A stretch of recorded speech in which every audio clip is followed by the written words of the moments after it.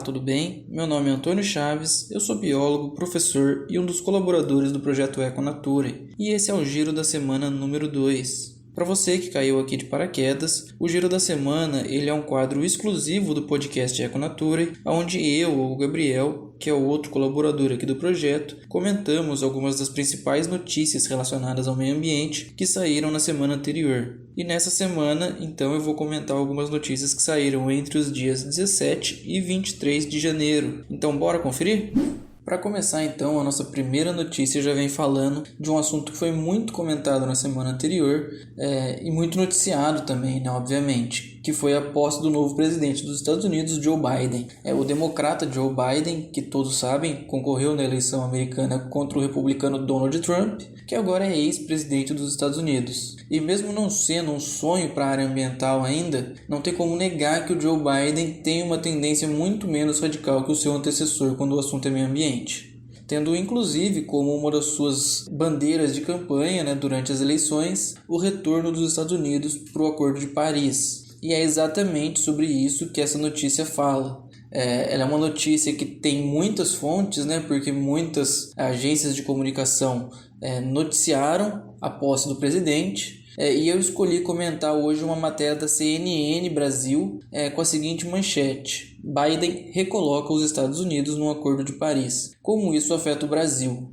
Escolhi comentar essa notícia inicialmente porque ela supostamente já traz uma análise dos possíveis impactos dessa decisão no Brasil. E aí a gente pode comentar também como que a imprensa vê essa questão ambiental relacionada ao Acordo de Paris e a saída e o retorno dos Estados Unidos e tudo mais, e como que isso afeta o Brasil.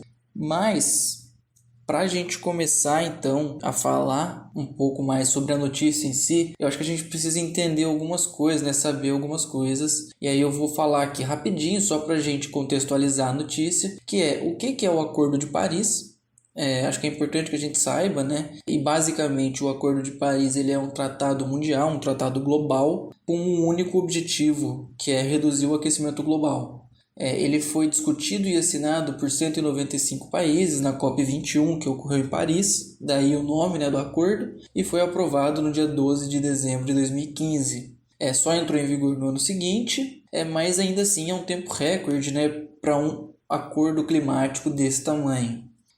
Foram 195 países que assinaram o acordo, 147 ratificaram, dentre eles o Brasil, e só um país saiu e retornou para o acordo, que foi os Estados Unidos. Esse acordo, obviamente, ele não é só reduzir o aquecimento global, ele tem algumas metas, algumas orientações para que a gente atinja esse objetivo de diminuir as emissões de gases do efeito estufa. Eu não vou ficar entrando aqui nessas metas específicas e tudo mais do acordo, porque não é muito isso que interessa. O importante para a gente é só saber que o objetivo principal do acordo é reduzir o aquecimento global. Bom, mas qual que é o contexto, então, da saída e do retorno dos Estados Unidos? Por que isso aconteceu e qual que é a importância disso?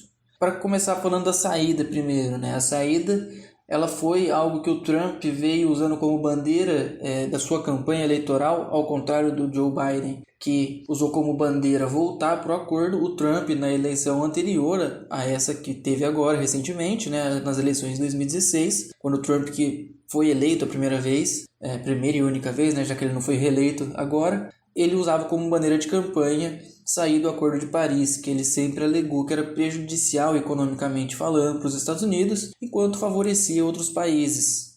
Não foi um processo rápido essa saída dos Estados Unidos.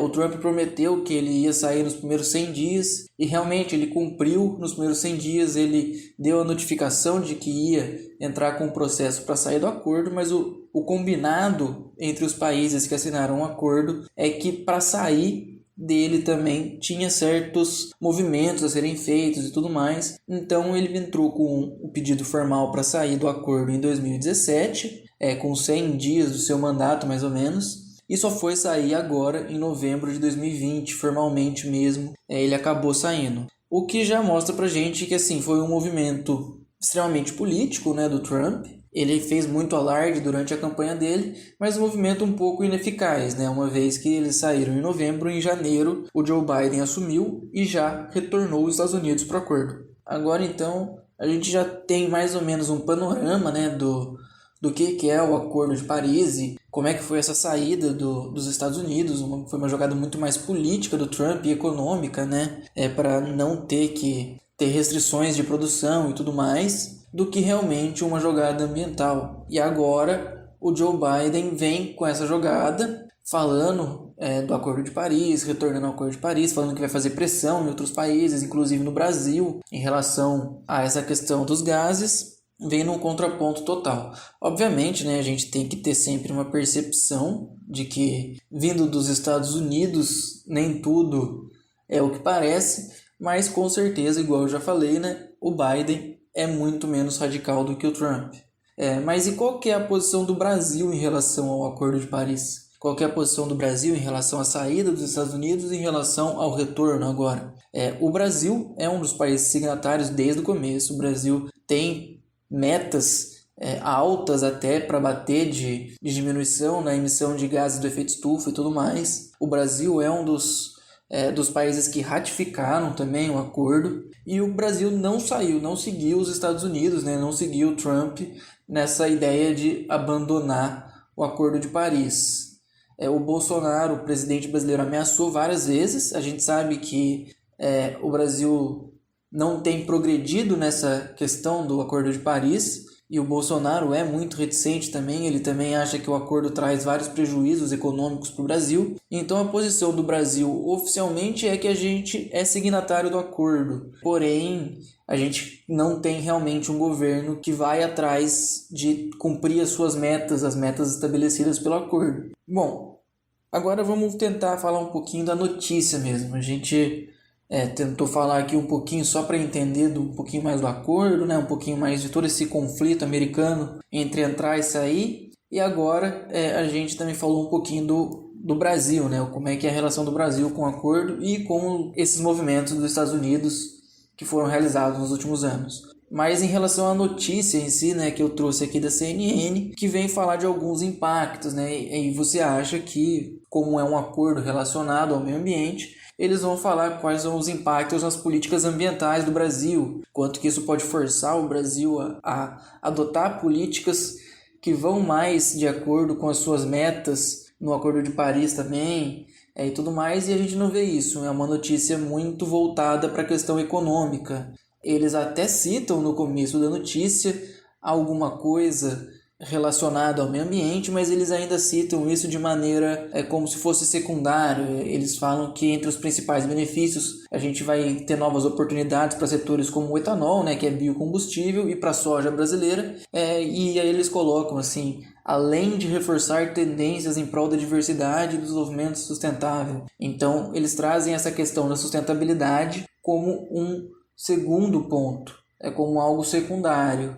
Já dá para ver que a notícia muito provavelmente vai focar então nos ganhos econômicos com o retorno dos Estados Unidos para o Acordo de Paris. O que, convenhamos, vai de desencontro, né? Quando a gente está querendo falar de um acordo global para a redução do aquecimento global, a gente não está pensando em economia necessariamente, né? É óbvio, a gente não quer deixar a economia de lado, mas o principal ponto que a gente tem que analisar ali são os impactos positivos no meio ambiente. E não é isso que a notícia vem fazer. Eles até colocam uma entrevista logo no começo também, onde a entrevistada defende a questão ambiental. Ela fala dos impactos positivos no meio ambiente, né? Que isso pode forçar novas políticas, gerar um novo cenário para o Brasil e tudo mais. Mas logo depois também eles começam a focar de novo nessa questão do biocombustível, nessa questão da soja, e começam a trazer alguns pontos de como que isso pode ajudar. E eles falam, por exemplo, do biocombustível, né, do setor da cana-de-açúcar, que produz biocombustível no Brasil, o etanol no caso, como se fosse algo super sustentável e tudo mais, e não trazem, por exemplo, o contraponto. Quando a gente está falando de biocombustível, beleza, ele é um combustível menos impactante do que os combustíveis fósseis, como o petróleo, porém ele tem o seu nível de impacto e um nível alto. Geralmente eles são produzidos em monoculturas, é um modo de produção que tem grande desmatamento, geralmente é utilizado muitos agrotóxicos, então a gente vai ter contaminação do solo, contaminação do lençol freático, que pode levar à contaminação das águas superficiais. Igual o Gabriel falou no podcast da semana passada, no giro da semana passada, quando ele fala daquela notícia dos agrotóxicos que foram liberados no Brasil nos últimos 2 anos com esse novo governo, essa questão da cana-de-açúcar também. Então ela traz um impacto. E logo depois também o outro setor que a notícia traz como podendo ganhar grandes vantagens econômicas com esse retorno dos Estados Unidos é o da soja brasileira, que a gente sabe também que é um setor baseado na monocultura, na monocultura e no desmatamento também, no uso excessivo de agrotóxicos e transgênicos, e tem gerado grandes impactos lá na Amazônia. O desmatamento na Amazônia tem aumentado cada vez mais para a soja, mesmo que os líderes da produção de soja brasileira para exportação neguem que a soja exportada seja fruto de desmatamento ilegal.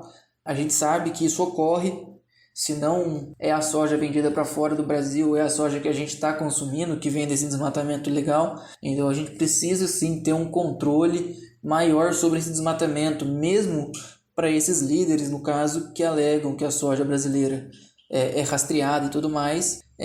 Para eles poderem realmente alegar isso de peito aberto, né, e ter certeza de que eles estão falando uma verdade, é importantíssimo que a gente comece a ter um controle maior sobre essa soja ilegal que a gente sabe que existe. A gente sabe que o desmatamento tem aumentado, as imagens de satélites vêm comprovando isso e não há muito como negar, né?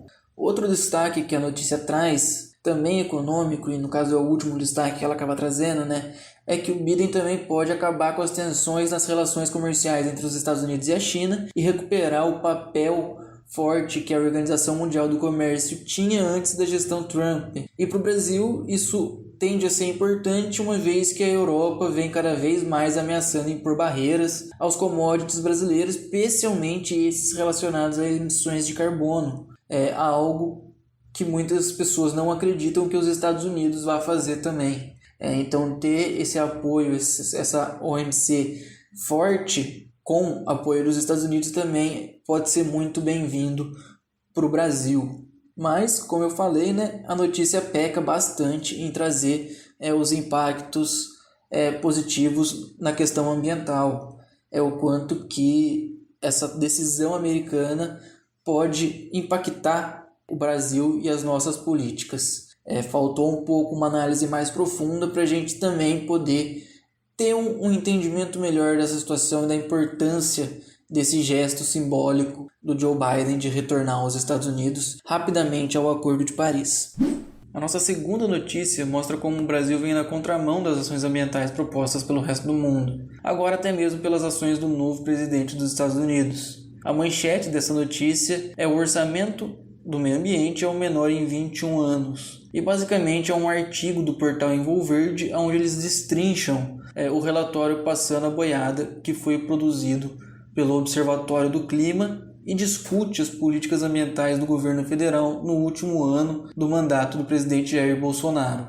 Não que tudo no mundo, esteja caminhando em direção à sustentabilidade, não é nada disso, mas é meio claro e óbvio que o Brasil é um dos países que mais vem se afastando desse objetivo nos últimos anos. Assim como os Estados Unidos, a gente elegeu também um governo que nega os impactos ambientais, como o aquecimento global, mas não só esse, muitos outros impactos. E diferente dos Estados Unidos, onde o mandato do seu presidente acabou e ele acabou de ser substituído, aqui no Brasil a gente ainda tem potencialmente mais 2 anos de mandato do atual governo federal, o que pode indicar ainda alguns prejuízos um pouco maiores para o meio ambiente no Brasil. Mas vamos então começar a falar um pouco da notícia em si. A primeira coisa que a gente pode já falar é que essa redução no orçamento do Ministério do Meio Ambiente para o próximo ano é algo preocupante, especialmente se a gente for parar para pensar com o passo diferente que foi dado nos Estados Unidos, onde eles voltaram para o Acordo de Paris. Se a Europa faz um movimento já de ameaçar, fazer restrições ao comércio com o Brasil por conta das políticas ambientais do governo Jair Bolsonaro, e os Estados Unidos, em teoria, não ameaçavam fazer esse tipo de de movimento, a gente já não sabe mais se o Brasil continuar indo num caminho que vai de desencontro com a política ambiental global, e é o que tem ocorrido, né, nos últimos 2 anos, é muito capaz também da gente sofrer alguma sanção possível americana também, não só europeia. A notícia em si, né, ela já começa bem crítica ao governo Jair Bolsonaro, óbvio, até pelo nome do relatório, passando a boiada, né, fazendo alusão ao fatídico vídeo da reunião onde o ministro Ricardo Salles fala que tem que aproveitar que a mídia está toda focada na pandemia de coronavírus para passar a boiada e aprovar um monte de coisas que não seriam benéficas para o meio ambiente, por assim dizer, né? Então, essa frase gravada acabou ficando famosa e deu nome ao relatório. Então, a notícia em si do site Envolverde e o próprio relatório já vem com uma crítica pesada ao governo federal. Eles analisam várias questões e eles mostram, por exemplo, que o orçamento para o ano que vem é o menor em 2 décadas pelo menos. Ano que vem o Brasil vai ter um orçamento de 1,72 bilhão de reais para o Ministério do Meio Ambiente, enquanto o menor valor que se teve nos últimos 20 anos foi 2,9 bilhões. Isso em valores atualizados. Então não tem discrepância nenhuma de valor aqui. Esse valor realmente é muito pequeno para o próximo ano. E isso vai impactar, obviamente, áreas importantíssimas, como, por exemplo, fiscalização ambiental e combate a incêndio florestal, onde a queda vai ser de quase 27,4% do orçamento. E o ano passado a gente já viu, né, a questão de incêndios florestais praticamente no Brasil inteiro. A gente viu a Amazônia pegando fogo, a gente viu o Pantanal pegando fogo, e a gente ainda, mesmo assim, diminui as nossas verbas para combate de incêndios florestais e fiscalização ambiental. Então vem muito na contramão mesmo, é realmente uma medida preocupante. E além dessa questão orçamentária, a gente ainda pode somar a tudo isso algumas medidas do governo federal que vão de desencontro aos movimentos de sustentabilidade que a gente vê por aí no mundo, como, por exemplo, a flexibilização do controle de exportação de madeira, o loteamento de vários cargos e nos órgãos ambientais, como ICMBio e tudo mais, onde ele colocou muitos policiais militares. E a proposta clara de extinção do ICMBio também, que existe, onde o governo quer literalmente acabar com o Instituto Chico Mendes, inclusive já diminuindo repasses para unidades de conservação em mais de 60% no último ano também, nos últimos 2 anos, desculpa. Então mostra sim que tem toda uma política de desmonte ambiental que foi prometida pelo Jair Bolsonaro, né, durante a sua campanha, que vem sendo colocado em prática. E é isso, inclusive, o que os entrevistados pelo artigo do portal Envolverde dizem, né? Eles dão grande ênfase nos impactos que o governo vem tendo na área ambiental, os retrocessos que o Bolsonaro vem trazendo para a política ambiental do Brasil. Por fim, a matéria traz alguns dos destaques que ela considera do relatório, e eu coloquei aqui alguns para a gente conversar. Inicialmente, a matéria destaca bastante a questão de ser o menor orçamento nas últimas 2 décadas e também da diminuição grande, né, no orçamento para a fiscalização ambiental e combate aos incêndios florestais. Porém, ele ainda traz o relatório vários outros pontos do governo onde a gente vê que o desmante ambiental vem ocorrendo. Por exemplo, a diminuição nos recursos previstos para criação e gestão de unidades de conservação, que caiu 61,5% nos últimos 2 anos. Então a gente já vê também um desmonte do ICMBio. A gente vê um número de multas cada vez menor, 20% a menos que no ano anterior e 35% a menos que no último ano do governo Temer. E isso também mostra um enfraquecimento do IBAMA, que é quem aplica essas multas dos seus fiscais. Um aumento no desmatamento, né, o que já vem sendo mostrado por dados de vários satélites, inclusive do INPE. E a gente sabe que a Amazônia vem sendo cada vez mais desmatada, mas não só a Amazônia, né, o Brasil inteiro vem sendo desmatado. Sem mencionar também o discurso anti-indígena que o Bolsonaro sempre praticou, anti-quilombola, o que repercutiu também na invasão de terras indígenas, que aumentaram em 135%, segundo o relatório. E assassinatos também por conflitos no campo, que também tem aumentado. Ou seja, uma conivência com os grandes barões da monocultura, né, que vem então causando um impacto não só ambiental, com a questão do desmatamento, com a questão da diminuição das multas e do orçamento para o Ministério do Meio Ambiente, mas também na questão das populações tradicionais, as populações que precisam do campo para sobreviver. A gente tem visto que a questão econômica do país tem sido colocada sempre acima da própria população mais frágil, digamos assim, né? Aquela que necessita um pouco mais de atenção, um pouco mais de proteção, como é o caso da população indígena e dos povos tradicionais do campo. E para finalizar, então, a nossa última notícia vem para falar um pouquinho de ecologia e como que a conservação ambiental é importante para a natureza e para a gente. O título da notícia, então, é: Estudo revela que restauração ecológica pode salvar 71% das espécies animais da extinção. E ela foi publicada no portal eCycle. Basicamente, a notícia ela vem trazer detalhes de uma pesquisa publicada na Nature, que é uma das mais importantes revistas científicas do mundo, e que foi liderada, a pesquisa foi liderada por pesquisadores brasileiros em diferentes biomas do mundo, que analisaram dados de quase 3 bilhões de hectares de habitats, entre florestas, pastagens, áreas arbustivas, áreas úmidas e ecossistemas áridos, que foram transformados em terras agrícolas. E o objetivo do trabalho era chegar às melhores soluções de restauração, combinando os maiores índices de conservação da biodiversidade e de mitigação das alterações climáticas com os menores custos possíveis. O estudo é um estudo bem robusto, bem completo, aparentemente, pelo que diz o texto. Foram feitas mais de 1.200 modelagens matemáticas de cenários possíveis para tentar perceber quais seriam as melhores abordagens de restauração em cada uma das áreas prioritárias para a conservação. E o estudo ele aponta então que a restauração ecológica ela é uma chave para mitigar os impactos tanto de mudanças climáticas quanto de extinção de espécies, porém com algumas ressalvas, algumas características específicas de determinados ecossistemas são mais importantes para uma ou outra coisa. Por exemplo, eles mostram no estudo que a restauração de áreas úmidas representa maior impacto na conservação da biodiversidade, enquanto a restauração de florestas vai auxiliar mais na mitigação das mudanças climáticas. Então, o tipo de ecossistema, o tipo de restauração que for feito também vai atingir um resultado diferente, vai ser mais benéfico para uma ou outra coisa, é o que mostra o estudo.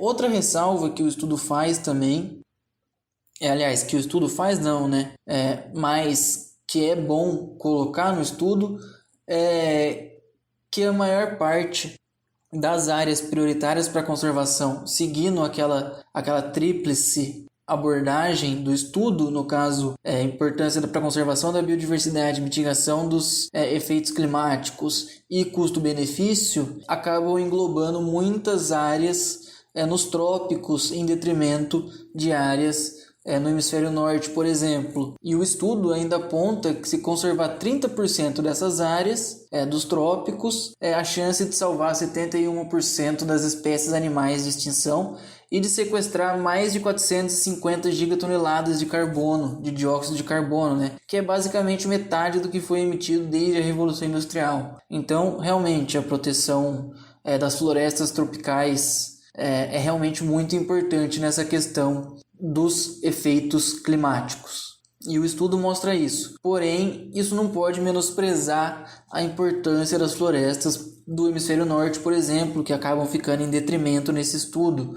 Acaba meio que dando uma impressão de que pode se desmatar, o hemisfério norte, que lá não tem tanta importância para a preservação das condições ambientais favoráveis no mundo para que a gente sobreviva. E não é bem assim. A gente sabe que todo ecossistema é importante, todo ecossistema precisa ter pelo menos parte da sua área sendo preservada, conservada e tudo mais.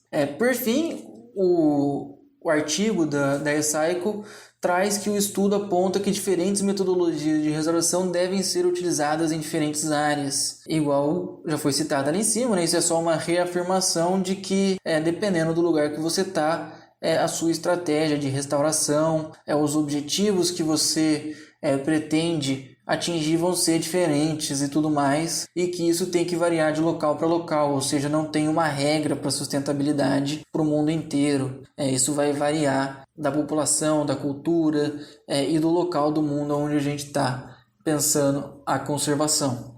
E é aqui no final que a notícia fica mais bacana. Esses 2 últimos pontos que eu vou trazer do artigo da E-Cycle são os melhores, na minha opinião, porque quando a gente começa a colocar um outro ponto de vista em cima do estudo, mostra que ele tem sim dados interessantes, promissores, e que pode sim ser uma grande ferramenta, em prol da conservação ambiental. Mas o próprio artigo da E-Cycle traz alguns comentários de alguns pesquisadores, tanto uma pesquisadora da Universidade Federal do Rio Grande do Norte e uma do Instituto Estadual Florestal de São Paulo, onde a gente tem opiniões um pouco divergentes, porém que mostram que o estudo ainda é um primeiro passo, é algo muito inicial. A primeira ponderação que até a professora da UFRN faz é de que o estudo é o primeiro desse tipo em escala global.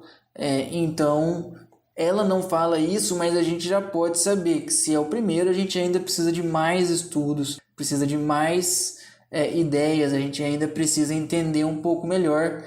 Não é uma só olhada assim, no cenário que já vai dar para a gente indicar qual que é o melhor caminho a se seguir.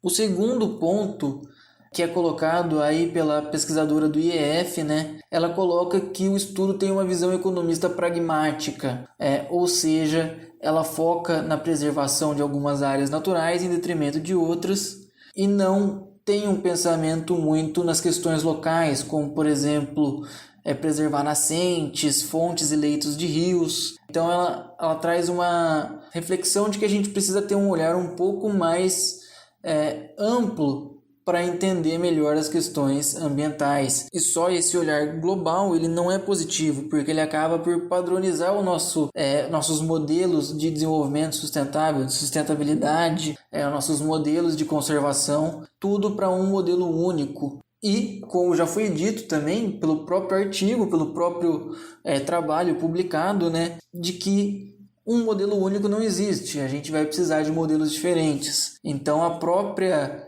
alegação da pesquisadora do IEF ainda é rebatida na própria matéria do E-Cycle pelo primeiro autor da publicação, que se defende falando que sim, que ela está correta, que tem que ser feitas mais análises locais, tem que dar uma ênfase a questões como locais com grande concentração de nascentes e tudo mais, porém ele alega que o trabalho dele ele é um pontapé, um passo inicial para a gente detectar grandes áreas que necessitam ser conservadas e a partir dessas grandes áreas fazer mapeamentos locais de pontos prioritários para que essa conservação ocorra. Realmente é uma matéria muito bacana essa da E-Cycle, porque ela traz não só o estudo, eles detalham o estudo durante a matéria, mas eles também trazem pontos, contrapontos e ainda dão direito de resposta para o autor do trabalho e uma resposta muito, muito boa, na minha opinião, do Bernardo Strasburg, que foi o autor principal, o primeiro autor do trabalho. Eu gostei muito da resposta dele, de que o trabalho dele pode servir como pontapé inicial para que a gente foque em áreas prioritárias em determinados locais, com um pouco mais de exatidão. E a matéria da E-Cycle ainda traz no final uma coisa muito bacana, que eles ainda fazem um paralelo entre os resultados do estudo e as políticas atuais brasileiras, onde ele traz o desmatamento, mostra dados do INPE e tudo mais, tanto na Amazônia quanto na Mata Atlântica, grandes florestas tropicais que ainda, em contraponto ao estudo, devem ser preservadas, mas têm sido cada vez mais desmatadas e queimadas no Brasil. Então o artigo ainda traz esse contraponto bacana. E por fim o artigo finaliza falando que apesar de tudo isso, de todos esses impactos, os autores do estudo encontraram, durante as suas pesquisas, ações e iniciativas de restauração ambiental de grande valor, tanto da sociedade civil quanto de grandes empresas e também de personalidades famosas como, por exemplo, Sebastião Salgado. E só para citar alguns aqui desses trabalhos de restauração ambiental que eles citam ali na matéria, eles falam do Pacto para a Restauração da Mata Atlântica, que é principalmente aqui no Sudeste, e o Programa Multirão de Reflorestamento, que é um programa da Secretaria Municipal de Meio Ambiente do Rio de Janeiro, que já existe desde 1994 e vai auxiliando no reflorestamento de áreas degradadas. Então, uma notícia realmente muito completa. Gostei muito da notícia e com informações muito bacanas, um estudo muito promissor, mas é aquilo, ainda é um primeiro estudo, a gente ainda precisa saber um pouco mais sobre tudo isso. Bom, pessoal, é isso. São essas as 3 notícias que eu separei aqui essa semana. São 3 notícias realmente bastante relevantes, notícias de grande impacto, tanto global quanto nacional para a gente. A primeira notícia, uma decisão de um impacto global que a gente ainda não tem muito como mensurar. Pode ser que tenha grandes impactos, pode ser que não mude muita coisa no cenário atual. A gente torce para que a influência seja positiva, para que novas políticas ambientais em países que têm os Estados Unidos como modelo, como por exemplo o Brasil, tomara que a gente siga o exemplo também de tentar fazer um esforço maior na nossa parte do Acordo de Paris em relação à redução das mudanças climáticas, do aquecimento global. E a segunda notícia mostra que, pelo menos inicialmente, essa influência americana que era forte no governo com Donald Trump não se mantém muito com o Joe Biden, porque logo após o anúncio americano de retornar ao Acordo de Paris, a gente tem o anúncio de que o orçamento do Ministério do Meio Ambiente do Brasil vai ser o menor nas últimas 2 décadas. Então mostra que, querendo ou não, a gente está sim caminhando na contramão. E por fim, a nossa última notícia, que é uma notícia muito bacana também, que mostra a importância de atos como foi o do Joe Biden, de retornar ao Acordo de Paris, como é o de muitos países agora que estão lutando em prol de uma maior conservação ambiental em todo o mundo. Esse estudo ele mostra realmente que se a gente for parar a pensar só nos trópicos, a gente consegue preservar muita coisa se a gente fizer um esforço. Imagina se a gente ampliar isso e começar a olhar com carinho para outros cantos do mundo também, que não tem essa exuberância toda da Mata Atlântica, da Amazônia e tudo mais, mas que tem grande importância econômica, ecológica e tudo mais. Então, talvez esse estudo também possa ser um pontapé inicial para que a gente saiba um pouco mais sobre os potenciais que a conservação ambiental podem ter em relação à preservação do clima, a preservação das espécies e a preservação também dos serviços ecossistêmicos e a preservação, inclusive, da nossa espécie, a espécie humana. Bom, pessoal, espero que vocês tenham gostado desse papo. Achei muito bacana ter refletido um pouco em cima dessas notícias e refletido um pouco aqui com vocês. Espero que a gente consiga continuar refletindo. Se vocês tiverem algum comentário, se vocês discordarem de alguma coisa que está nas notícias, de alguma coisa que a gente disse aqui, quiserem gerar um debate um pouco maior, é só deixar nos comentários das nossas redes sociais. A gente está sempre aberto.